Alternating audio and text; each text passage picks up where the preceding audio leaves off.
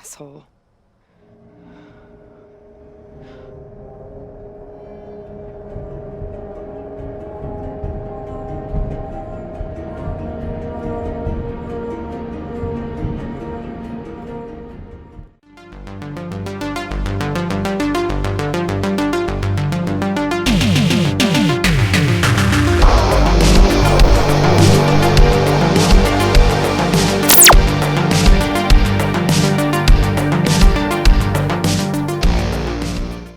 So we are talking about the movie Moontrap, Target Earth. No, this is not a remake of the Bruce Campbell, Walter Keon movie.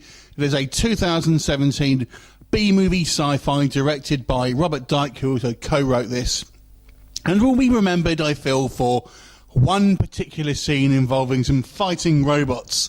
But will that be a good thing or a bad thing? You'll have to watch this movie review to find out.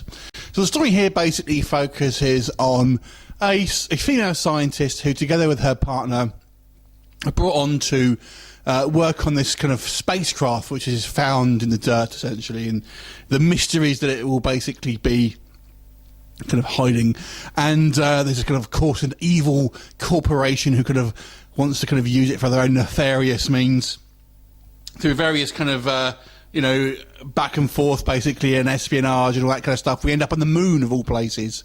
Probably you guessed that with the title there, where we meet evidence of a civilization. But that's all I'll say on the plot, because I do feel this movie does actually have a few plus points in regards to the plot. I do think it's a very ambitious film for the budget, and actually does have some quite interesting sort of science fiction ideas here that it just can't execute properly. So, but we'll start off with the positives.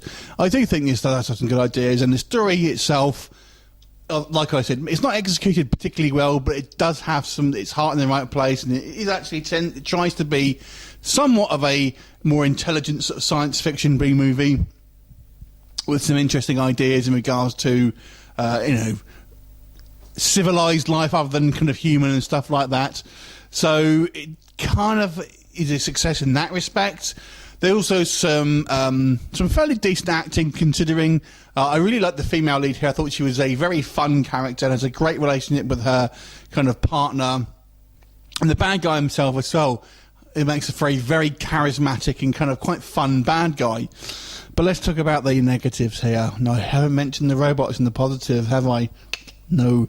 So this film we remembered for one scene. There's a scene where we have these two robots fight, and it is beyond terrible. I mean, I don't know why they left this in the film. If you remember those Rock'em Sock'em robots, it looks like someone has filmed that and put it in a movie. It is terrible. The effects here are really bad. Now, like I've said, this is a low-budget film, so it cannot afford to do great effects. And, there's some kind of poor green screen and composite effects and things like this. But what really takes the cake are these kind of robots. So they don't really have any purpose in this film, to be honest with you, other than to have this kind of which the filmmakers obviously thought, some cool visuals, but they really don't work. There's a scene where we have two of them fighting, and like I said, it's just these two models scrapping up. It looks amazingly bad. I can't believe anyone thought it was a good idea to leave this in the film. It is beyond belief how crap this looks. 'Cause it really, unfortunately, undoes some of the kind of the ideas that the film progressed, and they had some kind of some quite interesting ideas. With this juvenile shot, it really undoes a lot of that good work.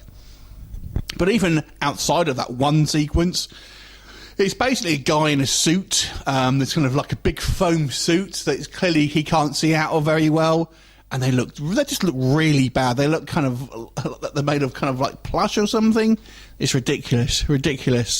That is going to be the thing I feel most reviews will focus on. So, there you go. If you like some good ideas and you can write off the some bad effects, then you might like this film. But there are other things as well, sadly.